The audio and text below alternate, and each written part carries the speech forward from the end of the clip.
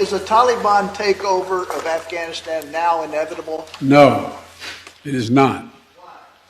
Because you have the Afghan troops have 300,000 well-equipped as any army in the world, and an air force against something like 75,000 Taliban. It is not inevitable.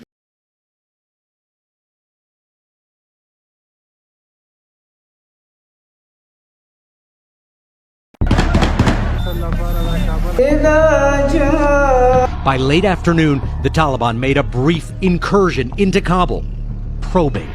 They met no resistance. Kabul would be a walkover. Just hours later, seeing the writing on the wall and likely saving his life, President Ashraf Ghani escaped the country. It was game over. Your own intelligence community has assessed that the Afghan government will likely collapse. That is not true. Can you please clarify what they have told you about whether that will happen or not? That is not true. They did not reach that conclusion.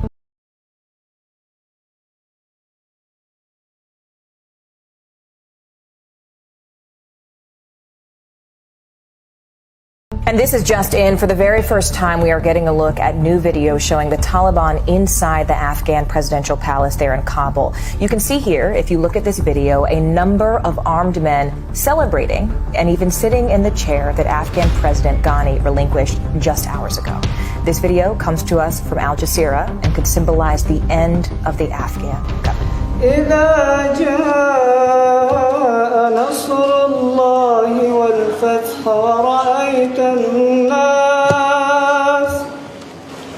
ورأيت الناس يدخلون في دين الله أفواجا.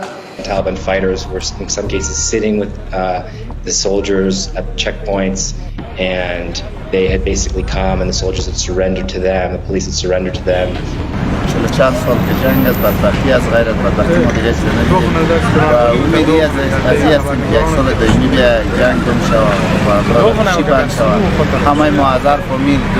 There were groups of Taliban fighters leaving the city. They were leaving in captured Humvees, police trucks with captured weaponry, and there were crowds of locals on the side of the street cheering them, little children running after these vehicles. There's going to be no circumstance where you see people being lifted off the roof of an embassy of the United States from Afghanistan. It is not at all comfortable.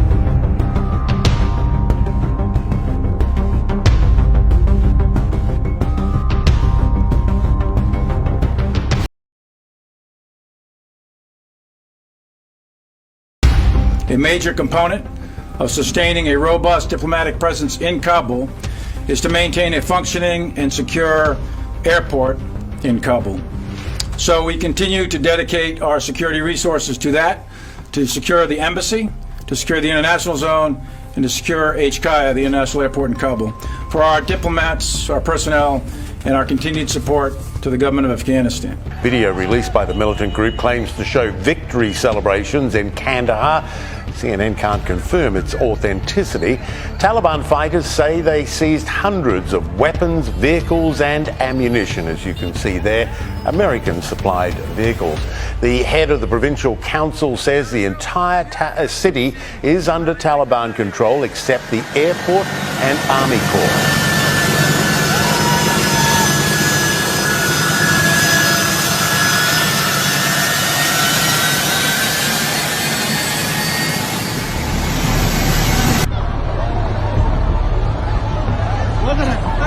And there are a range of possible outcomes in Afghanistan, and I want to emphasize repeatedly, and I've said this before, a negative outcome, a Taliban automatic military takeover, is not a foregone conclusion.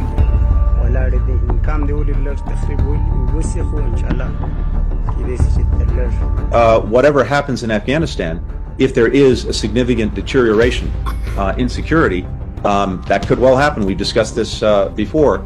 I don't think it's going to be something that happens from a Friday to a Monday.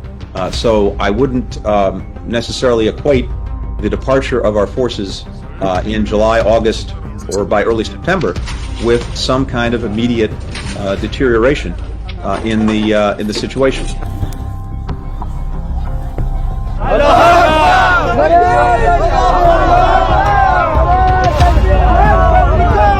They're just chanting death to America, but they seem friendly at the same time. It's utterly bizarre.